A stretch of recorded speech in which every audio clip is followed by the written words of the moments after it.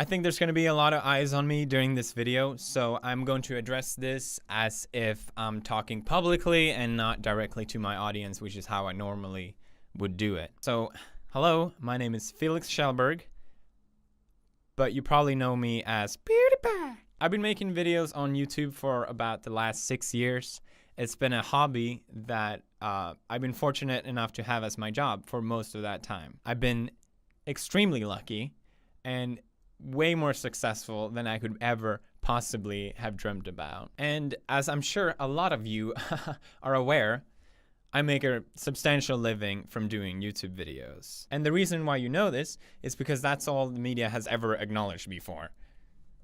Besides from now.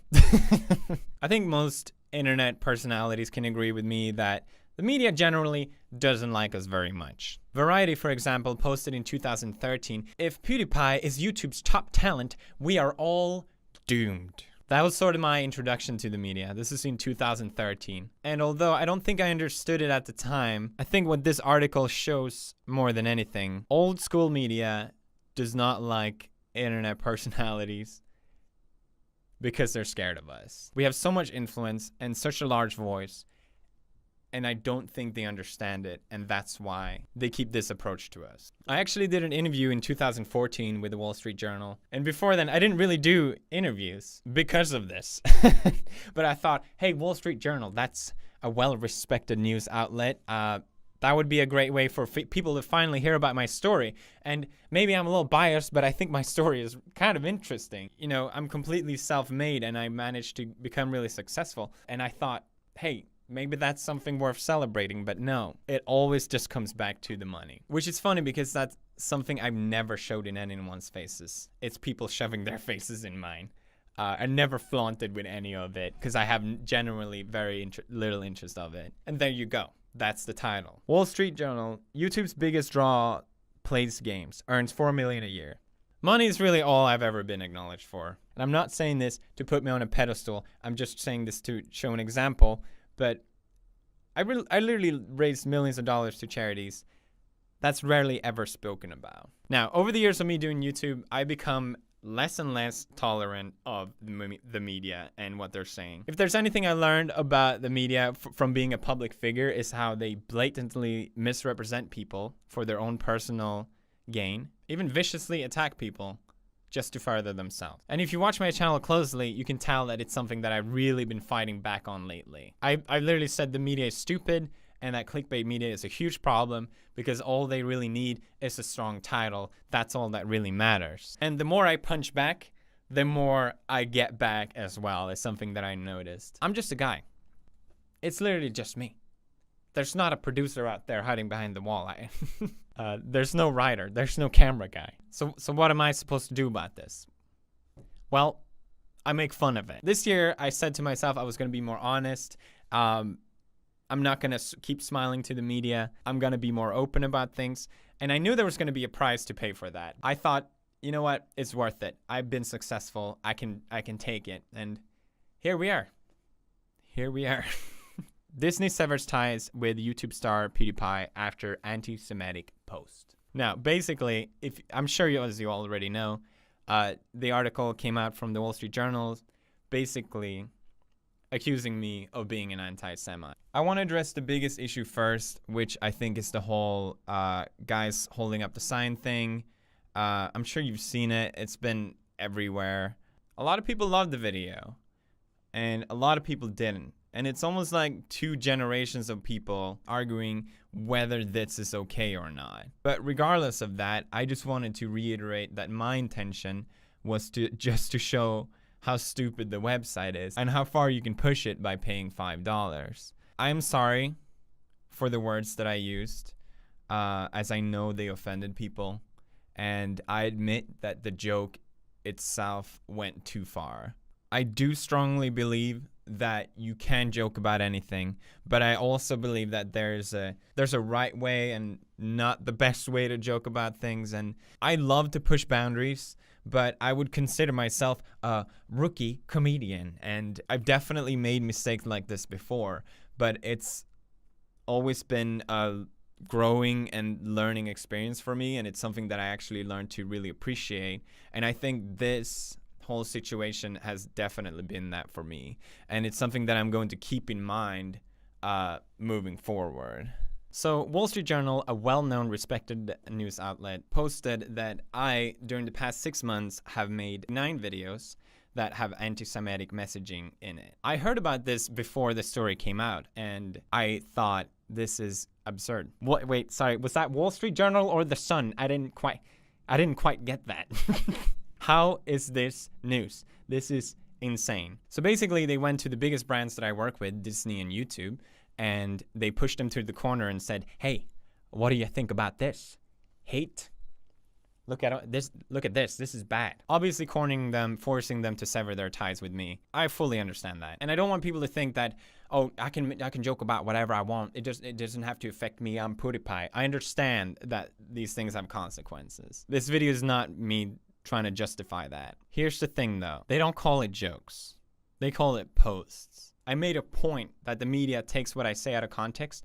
They take that and put it out of context to use against me and to portray me as a Nazi. They used another video where I joke that the YouTube Heroes program is seen basically like a Nazi scheme, where I look at a Hitler speech, and they use that as proof that I'm a Nazi or anti-Semite. I'm not kidding. They used even me pointing my arm like this. Technically, they can use this as evidence as well, because that's what they did. I'm not joking. The Wall Street Journal did this. It's the most absurd thing I have ever heard. Like, maybe The Sun. Maybe The Sun. I can understand. There is more. They took another video where I explain how the media is taking everything I say and do out of context and how damaging that is. And then they took the last part of that, which was a joke where I dressed up in a soldier outfit and again looking at Hitler's speech. They took that part. They ignored the whole part about me talking about context, and they took that part and put it out of context. They took parts where in my game other people created swastikas, and my title of that video is "Stop doing this." Stop doing this. That's basically what I said. Stop making swastikas in my game. They took that as evidence against me. This whole thing is not a post. It was an attack towards me. It was an attack by the media to try and discredit me, to try and decrease my influence and my economic worth. That's what this was. These 3 gentlemen from Wall Street Journal that did this are also very proud of this. They watched literally hundreds of my videos. I hope you had fun, by the way, to try and find as much evidence as possible for me to try and appear as anti-Semite. I know this sounds crazy and all, but their way of justifying this, the way they're justifying this as evidence that I'm a Nazi because I fucking pointed somewhere, is because apparently neo-Nazi group have been referencing me, have been praising me for making these kind of jokes. And I was unaware of this. So I made a statement as soon as I found out about this saying, I do not support these hateful groups in any way. But that's never going to be the title. That doesn't fit their personal agenda. That's not the story they want. This is not an article. This was a personal attack against me.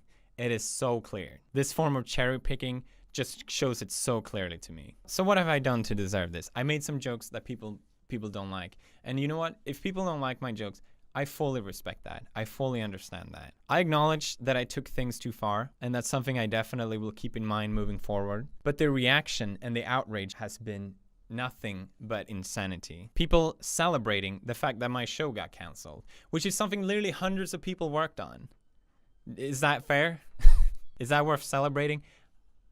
Over some jokes that you disagree with? J.K. Rowling is apparently not a fan of me. Again, it's fine to not agree with someone's sense of humor, but calling me a fascist, how is that helping anyone? Some people have been saying that these jokes are normalizing hatred. Regardless if that's true or not, spoilers, it's not, unless there's 53 million Nazis watching me for some reason. A personal attack like this to portray me as anti-Semitic is doing no one a favor. You're targeting some Swedish guy that tries to be funny. Most of the time, it doesn't really go well. Very offensive. But he means well.